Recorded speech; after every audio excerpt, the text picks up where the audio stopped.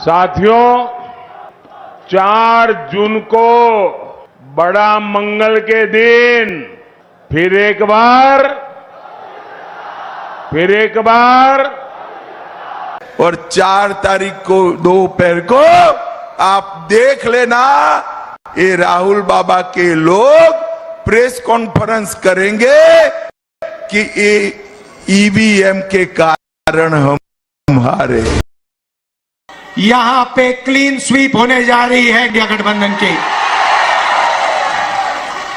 Line लगने वाली है सीटों की, टकाटक टकाटक टकाटक टकाटक। और उसके बाद goodbye BJP, goodbye Narendra Modi, टाटा। 10 साल के कार्यकाल को कैसे देखते हैं? मोदी बोल रहे हैं कि हम अवतार है, अवतार। मोदी बोल रहे हैं कि हम अवतार है, अवतार। नमस्कार दोस्तों, क्या सट्टा बाजार बीजेपी को डरा रहा है?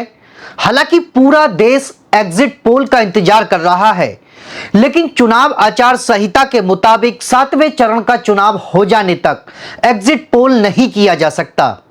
लेकिन इस वक्त तमाम मीडिया सट्टा बाजार पर बात कर रही है।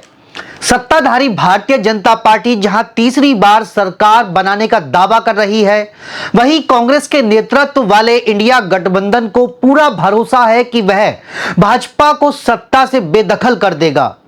राजस्थान का एक छोटा सा जिला है फलौदी, जहां से चलता है सट्टा बाजार। इस सट्टा बाजार का हाल यह है कि यहां छोटी छोटी बातों पर सट्टा लगाया जाता है। जैसे अगर अभी बरसात हो जाए तो उसका पानी मोरी यानी कि नाली में बहेगा या नहीं बहेगा। अगर किसी ने जूता हवा में फेंक दिया तो वह जूता जमीन में सीधा गिरेगा या उल्टा गिरेगा। अगर सड़क पर 2 सांड लड़ाई कर रहे हैं तो उनमें से कौन जीतेगा, इस पर भी सट्टा लगाया जाता है। करोड़ों रुपए का कारोबार होता है। इसका इतिहास तकरीबन 500 साल पुराना है। सट्टा बाजार में मोदी बहुमत से कितना दूर है, इसके पीछे उनके अपने तर्क होते हैं।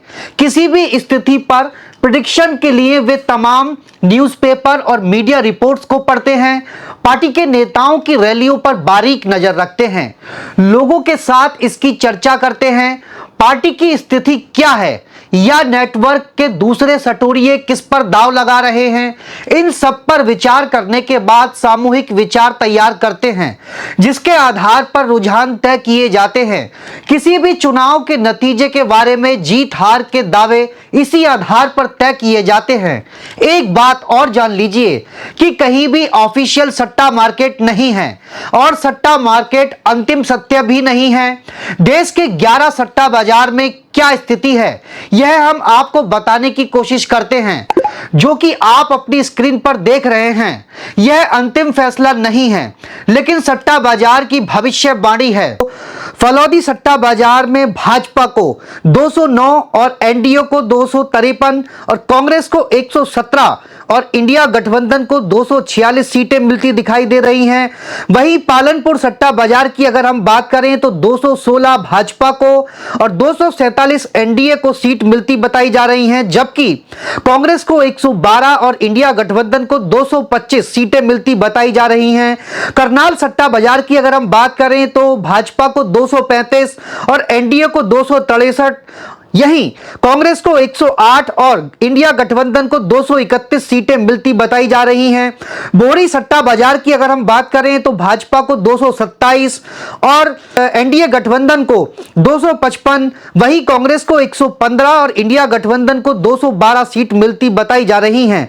बेलगांव सट्टा बाजार की अगर हम बात करें तो इसमें 223 भारतीय जनता पार्टी को और एनडीए को 265, वहीं कांग्रेस को 120 और इंडिया गठबंधन को 230 सीटें मिलती बताई जा रही हैं। कोलकाता सट्टा बाजार की अगर हम बात करें तो 218 भारतीय जनता पार्टी को, तो वहीं एनडीए गठबंधन को 261 सीट मिलती बताई जा रही हैं।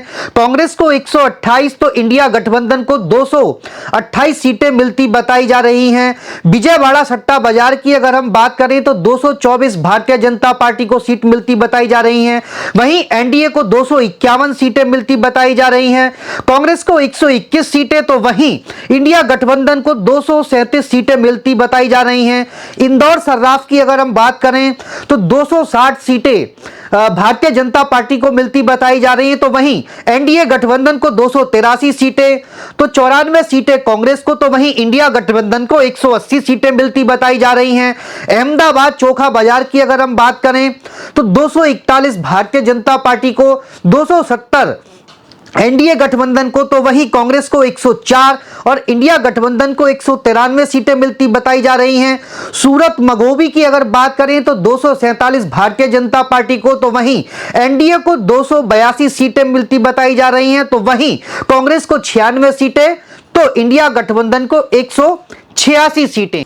तो दोस्तों, सट्टा बाजार की भविष्यवाणी में कहीं भी बीजेपी और एनडीए, कांग्रेस या इंडिया गठबंधन को बहुमत के आंकड़े के करीब नहीं बताया गया है।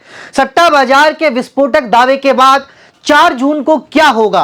आंकड़ों के मुताबिक अगर भाजपा अपने दम पर सरकार नहीं बनाती है, जैसा कि मोदी जी की भाषा में नजर आने लगा है, मुजरे की बात आने लगी है, तो जाहिर तौर पर खबरें तो उन तक भी पहुंचती होंगी। सारी एजेंसियां सरकार के पास होती हैं।